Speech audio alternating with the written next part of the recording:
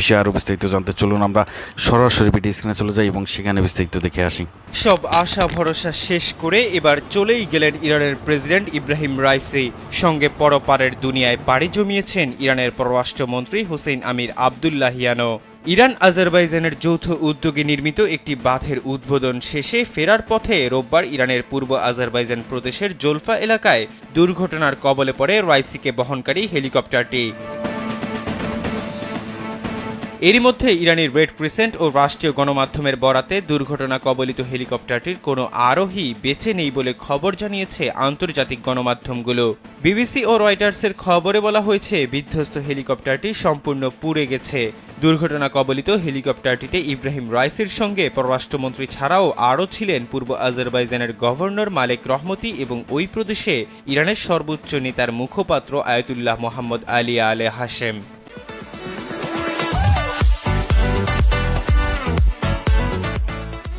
ইরানের সংবাদ সংস্থা ইরনা জানিয়েছে ইরান আজারবাইজানের যৌথ উদ্যোগে নির্মিত একটি বাঁধের উদ্বোধন করেন তারা। এরপর ফেরার পথে রোববার ইরানের পূর্ব আজারবাইজান প্রদেশের জোলফা এলাকায় এই দুর্ঘটনার কবলে পড়ে বহনকারী হেলিকপ্টারটি।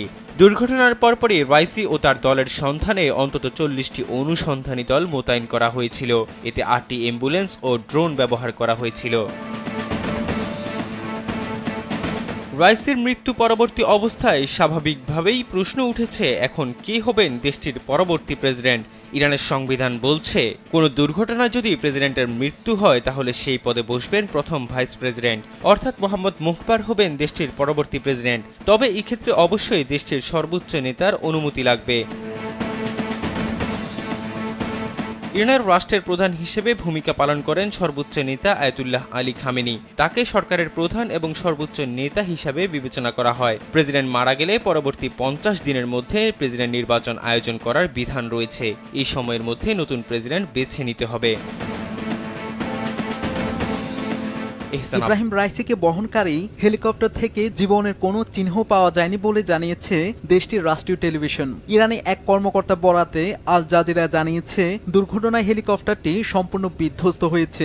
ওই কর্মকর্তা আরও বলেন প্রেসিডেন্ট রাইসিকে বহনকারী হেলিকপ্টারে থাকা সব যাত্রী নিহত হওয়ার আশঙ্কা করা হচ্ছে।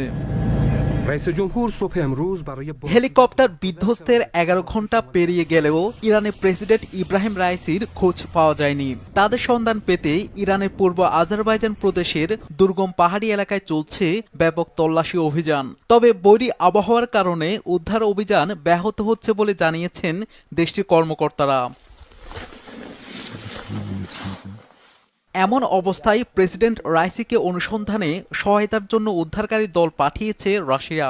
দলটিতে 47 জন বিশেষজ্ঞ উদ্ধারকারী উঁচু নিচু ও অসমতল ভূমিতে চলতে পারে এমন যানবাহন সহ একটি হেলিকপ্টার রয়েছে। হেলিকপ্টারটির সন্ধানে 32 জন পর্বত উদ্ধার বিশেষজ্ঞ পাঠিয়েছে তুরস্ক। পাশাপাশি 32টি গাড়ি মোতায়েন করা হয়েছে।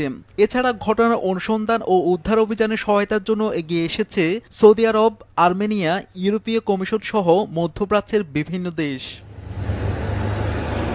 অন্যদিকে ইরানের প্রেসিডেন্ট ইব্রাহিম রাইসিকে বহনকারী হেলিকপ্টার দুর্ঘটনার কবলে পড়ার খবরে সহমর্মিতা ও উদ্বেগ প্রকাশ করেছেন বিশ্বের বিভিন্ন দেশের নেতারা। তবে কোনো মন্তব্য করেনি যুক্তরাষ্ট্র, যুক্তরাজ্য ও নেটোভুক্ত দেশ।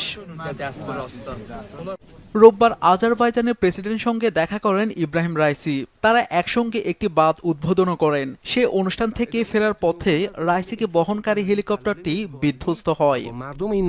অবশেষে সন্ধান মিলেছে ইরানের প্রেসিডেন্টকে বহনকারী হেলিকপ্টারের ধ্বংসাবশেষের। তবে এখনও নিখোঁজ ইব্রাহিম রাইসি সহ বাকি আরোহীরা। ইরানের কর্মকর্তাদের বরাত দিয়ে বার্তা সংস্থা রয়টার্স জানায় পুরোপুরি বিধ্বস্ত হয়েছে হেলিকপ্টারটি। আর রেড ক্রিসেন্ট জানায় জীবিত কারো সন্ধান মেলেনি সেখানে। রাতভর বৈরী আবহাওয়ায় চলেছে উদ্ধার কাজ। অবশেষে সকলে তুরস্কের সহায়তায় তাভিল গ্রামে মিলল বিধ্বস্ত হেলিকপ্টারের খোঁজ। মুহূর্তেই সেখানে ছুটে যায় রেড ক্রিসেন্ট। দুর্ঘটনাস্থল থেকে উদ্ধার করে পুরোপুরি বিধ্বস্ত হেলিকপ্টারটি। পরবর্তীতে সংস্থাটি জানায় এই ধ্বংসাবশেষ থেকে জীবিত কারো সন্ধান মেলেনি। তাই ইরানের প্রেসিডেন্ট ইব্রাহিম রাইসির ফিরে আসাটা যেন এখন অলিক। রোববার আজারবাইজানে একটি বাঁধ উদ্বোধন করেন ৬৩ বছর বয়সী ইরানের এই প্রেসিডেন্ট। সেখান থেকে ৩টি হেলিকপ্টারের বহর নিয়ে তেহরানের উদ্দেশ্যে রওনা দেন তিনি। সাথে ছিলেন পররাষ্ট্রমন্ত্রী, পূর্ব আজারবাইজানের গভর্নর, খামেনির প্রতিনিধি সহ বেশ কয়েকজন কর্মকর্তা। পথে ঘটে বিপত্তি। ঘন কুয়াশায় ছেয়ে যায় উত্তর পশ্চিমাঞ্চলের সীমান্তবর্তী শহর জোলফার আকাশ। ফলে নিয়ন্ত্রণ হারায় বেল 212 হেলিকপ্টারটি। ঘণ্টাখানেকের মধ্যে দুটি হেলিকপ্টার ফিরে এলেও দুর্ঘটনার কবলে পড়ে রাইসিকে বহনকারী হেলিকপ্টার। রাতভর উদ্ধার কাজে নামে ৭০-এর বেশি উদ্ধারকারী দল। যোগ দেয় তুরস্ক, রাশিয়া ও ইউরোপীয় ইউনিয়ন। আশ্বাস চৌধুরী, চ্যানেল 24। এ বিষয়ে আরো জানাতে নিউজরুম থেকে যুক্ত হচ্ছেন আশ্বাস চৌধুরী।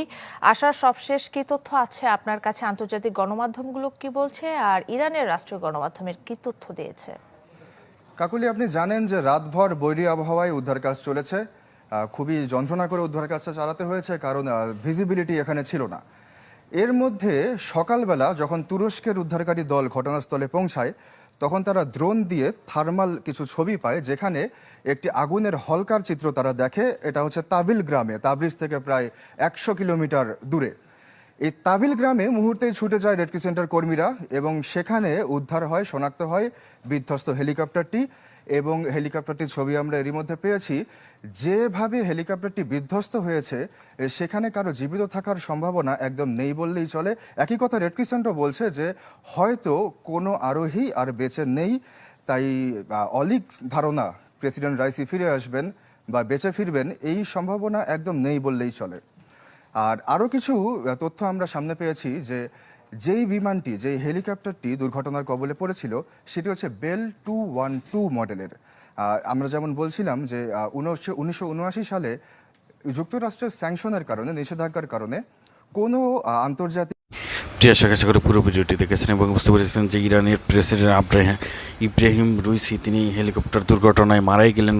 গতকাল থেকে কিন্তু প্রায় 11 ঘন্টার প্রচেষ্টা চালাচ্ছিল দেশটির যে সেনাবাহিনী, বিমানবাহিনী এবং যারা উদ্ধার কর্মী ছিল, তারা কিন্তু চেষ্টা করার পরে আজ সকালে বিমানটি পাওয়া গেছে। কিন্তু বিমানের যে আরোহীগুলো ছিল, প্রেসিডেন্টের সাথে যে লোকজন ছিল, তাদের কাউকেই খুঁজে পাওয়া যায়নি। অর্থাৎ বিমানটি একদম পুরে কিন্তু ছাই হয়ে গিয়েছে। প্রিয় দর্শক, আমরা কালকে থেকে একটি ধারণা করছিলাম যে যেহেতু বিমানটি পেতে এত দেরি হচ্ছে, তাহলে বিমানটি যদি ধ্বংস হয়ে যায় তাহলে কিন্তু বাঁচার কোনো সম্ভাবনাই নেই।